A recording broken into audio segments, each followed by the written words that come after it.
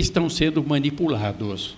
Então, são duas responsabilidades que nós temos que cobrar. De um lado, da imprensa, mas, de outro lado, também dos personagens do direito, que tenham responsabilidade, que levem em conta a absoluta necessidade de preservação da autoridade, da boa imagem das instituições, e não se prestem a essa maliciosa manipulação feita pela imprensa. Nós temos, sim, necessidade de liberdade de imprensa, mas é esta liberdade com responsabilidade. Nós estamos vivendo hoje, no Brasil, uma situação que eu acho um absurdo. Nós tínhamos uma lei de imprensa, e esta lei foi feita ainda durante a ditadura militar, num caso que chegou ao Supremo Tribunal Federal, e aí se usou de uma expressão que, tecnicamente, também não é correta, dizendo a lei de imprensa não foi recepcionada pela nova Constituição. O que é? É uma recepção com... eu vou lá de gravata, ver com você recepcionado, não é nada disso. Porque tinha que verificar, e isso o Supremo Tribunal cometeu este erro. Ele deveria verificar quais os artigos são incompatíveis com a Constituição. Sendo incompatíveis, são inconstitucionais, então não se aplicam. E não, pura e simplesmente, para agradar os grandes órgãos de imprensa, disseram, não, a lei de imprensa não foi recepcionada. Então, o Brasil não tem lei de imprensa. E aí se disse, não, cada jornal, cada grande ordem de imprensa fará o seu próprio controle, é o autocontrole. Isto só não digo que é ingênuo, porque é safado, mais do que é ingênuo, né? Então, são aspectos fundamentais que nos interessam a todos, como agentes do direito, mas que nos interessam também como cidadãos, como pessoas que querem o respeito pela dignidade da pessoa humana e pelos direitos fundamentais da pessoa. Então, eram essas as minhas observações. Obrigado.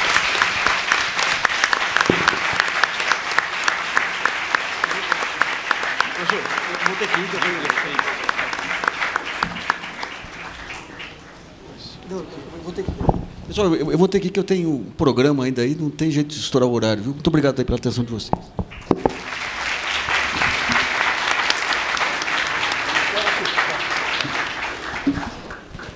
Bom, a gente agradece muito a fala do professor Dalmo e aproveita para lembrar que esse evento está sendo transmitido ao vivo no blog do Luiz Nassif, e agradece também todo mundo que está acompanhando o evento online. Bom, aproveito agora para passar a fala ao professor Laurindo Leal, da ECA USP. Professor. Muito obrigado. Eu vou acrescentar à minha biografia o fato de apresentar na TV Brasil o programa Ver TV, dirigir e apresentar, porque tem um pouco a ver com a nossa discussão e com o enfoque que eu quero dar a essa conversa aqui com vocês, mais voltada para a televisão.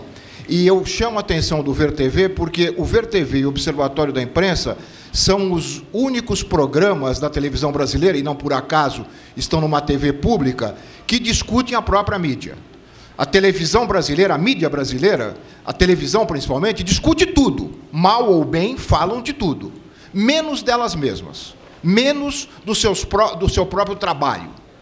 Então, esses dois programas, o Observatório e o Ver TV, abrem essas pequenas janelinhas num país onde até o ouvidor, até o ombudsman, em determinado momento, quando foi proposto por um deputado para fazer parte dos contratos de concessão das emissoras de rádio e televisão, foi considerada uma ação de censura. No Brasil, desse tamanho, com esse número de jornais, de revistas, de emissoras de rádio e TV, existem 3 ombudsmans, 3 ouvidores. É um na Folha de São Paulo, um no jornal O Povo, em Fortaleza, e a ouvidora que me substituiu na TV Brasil, nas emissoras de rádio e televisão da EBC. É muito pouco para um país desse tamanho e com esse número de jornais. Costumam dizer que os médicos se acham Deus.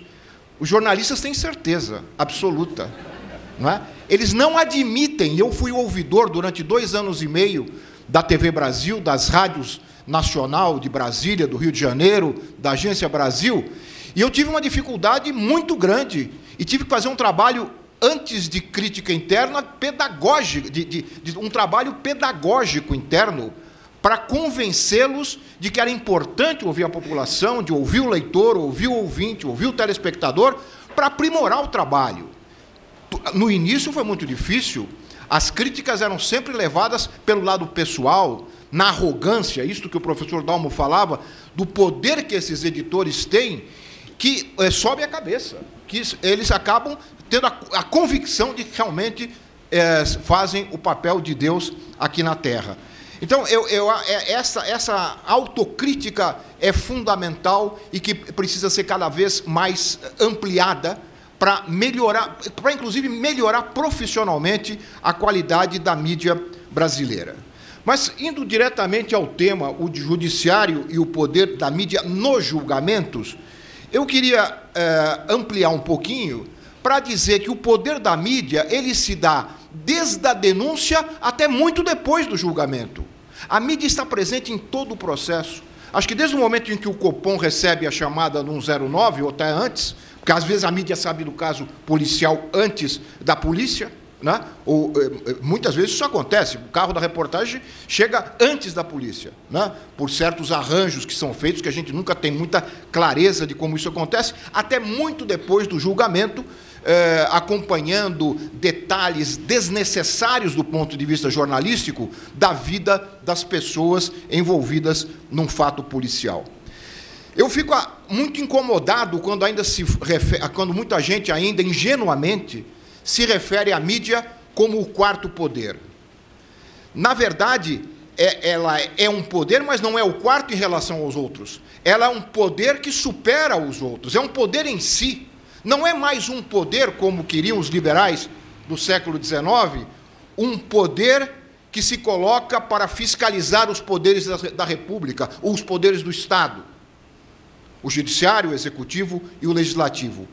Ela não faz mais isso, com um processo de concentração dos meios de comunicação, cada vez em menor número e, portanto, mais poderosos.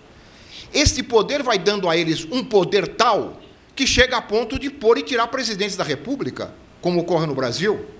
Mal ou bem, nós ainda conseguimos hoje na democracia eleger os nossos representantes para o legislativo.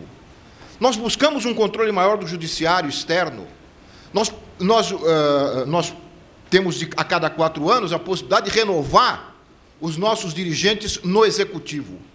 Sobre a mídia, cujos donos não foram eleitos, mas têm esse poder porque acumularam um capital ao longo do tempo necessário para constituir esses grandes grupos de comunicação, não há nenhum tipo e nenhuma possibilidade de controle externo, nem mesmo ouvidores, que é o mínimo que se podia esperar desses grupos de comunicação.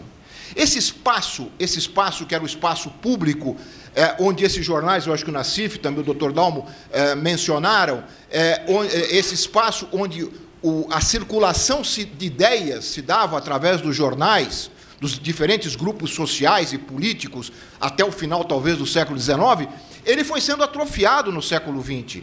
A concentração foi cada vez maior, cada vez um número menor de grupos econômicos foi tendo um número maior de veículos, a ponto de nós termos hoje, não só no Brasil, mas em várias partes do mundo, o exemplo Murdoch, que é o mais citado, de grandes cadeias transnacionais de veículos. Murdoch chegou a ter mais de 200 editores em todo o planeta, porque ele tem jornais, revistas e rádios em todo o planeta, para dizer que o Iraque, todos eles tinham que dizer que o Iraque tinha bombas, aquelas bombas de efeito, não me lembro a expressão, mas aquelas bombas, como é que é? Aquelas armas de efeito que justificaram a invasão dos Estados Unidos àquele país. Mais de 200 editores de jornais, rádios e TVs dos mais diferentes níveis repetiram aquela mentira sob a ordem do dono do grupo, que é o Murdoch. Este é o poder real desses grupos de comunicação. Aqui no Brasil, os mais antigos devem lembrar, São Paulo e Rio de Janeiro chegaram a ter mais de 15 jornais diários, circulando. Jornais que de alguma maneira, expressavam as várias tendências políticas, econômicas, as várias visões de mundo existentes na sociedade. A concentração de capital acabou com isso. Hoje nós temos 3 jornais diários em nível nacional, que têm a mesma linha editorial, que têm as mesmas posições políticas, que jogam a favor dos mesmos interesses da sociedade. E nós temos e esses artigos, esse material é replicado em todo o Brasil pelos jornais regionais, pelos jornais locais. Como enfrentar essa situação? Essa situação que foi percebida no início do século XX, na Europa e nos Estados Unidos, por aqueles que tiveram a possibilidade de exercer algum tipo de atuação política para frear essa concentração. Porque o capitalismo é reversível. O Nassif falou bem, quer dizer, a mesma lógica que instrui um supermercado é a lógica que instrui um meio de comunicação. Você tem uma mercearia na esquina, ele sonha em comprar a do vizinho, fazer a rede do bairro e chegar um dia a ser o Abílio Diniz, não é? Essa é a lógica do capitalismo. Esta é a lógica dos meios de comunicação de massa que operam dentro dessa mesma lógica capitalista.